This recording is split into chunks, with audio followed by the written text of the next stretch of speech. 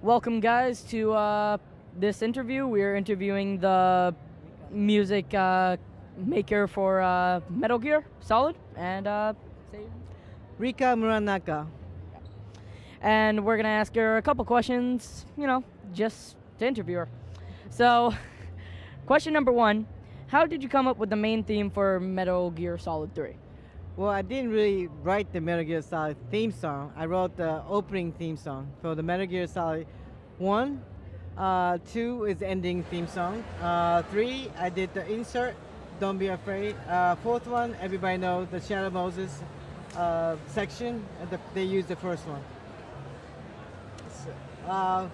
The first one, I was talking to Hideo about doing something special. He came to me.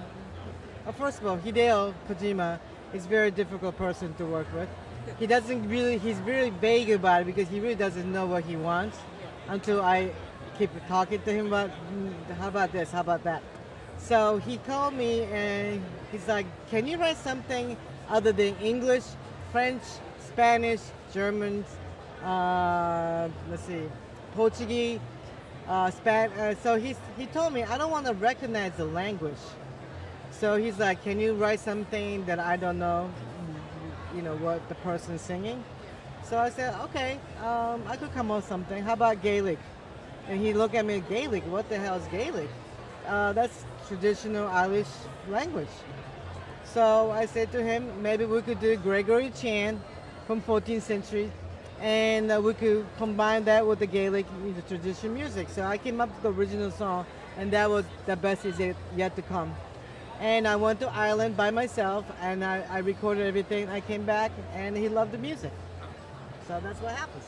Well, not only does he like the music, but I like the music too. Oh, thank you.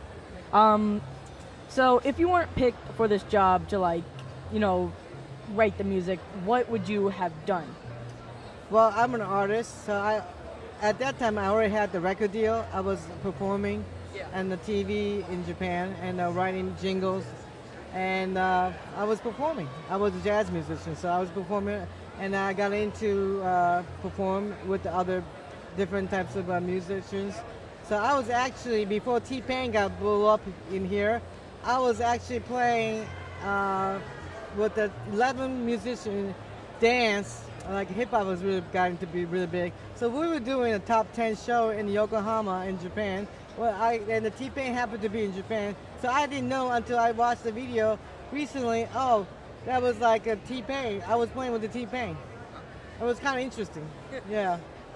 So I'll be doing the artist. I'll be performing, being a musician, because I already had like a full record deal in Japan as an artist before I really got into video game. So, not only are you the music writer for Metal Gear Solid, but for Silent Hill and Castlevania. So, which one would you think would be your favorite one that you like the most? I think because I have such a memory with Silent Hill, I went to Argentina, Buenos Aires, and these Castlevania Symphony and Silent Hills, I worked with them before Hideo because Hideo was not ready. He wanted me to write music for Metal Gear, but he's told me it's gonna be a while for me to have for you to be ready for me.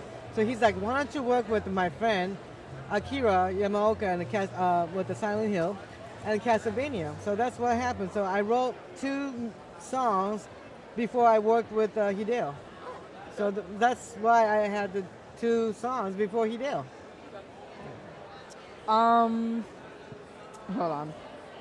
Did you originally want to make music? Yes, I did. I wanted to make music for a video game company for a long time, and I saw the ad. This is what happened. I saw the advertisement. Konami was looking for a composer, and a newspaper, and a keyboard magazine. So I took down the phone number and the address, and I put my demo together and the resume together, and I sent it to Konami. And Konami called me, and I had an interview. I got hired in 45 minutes. Oh, okay. Yeah. So, you, since Metal Gear has came out for Nintendo and Sony, have you ever worked with Nintendo or Sony? I work with the Sony people. I know a lot of people work at Sony, but Nintendo people, I've never met the people, but a lot of my music became, was platform was Nintendo. So yeah, Nintendo, and I think it was a Microsoft, Xbox, and PlayStation. So a lot of my music, I write music, and all the music is going to the different platforms. Okay. So. If you can make music for any other games, what would they be? I would like to make a music for Grand Theft Auto. Why would you like to make music for them? Because I think I could bump it up their music. I know they got the hip hop, and I could do the hip hop too. But they need to have a score and more like.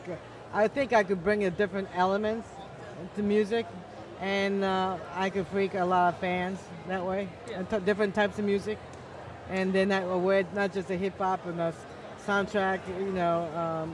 Not just the Hollywood way, but I think I could bring in the different types of music.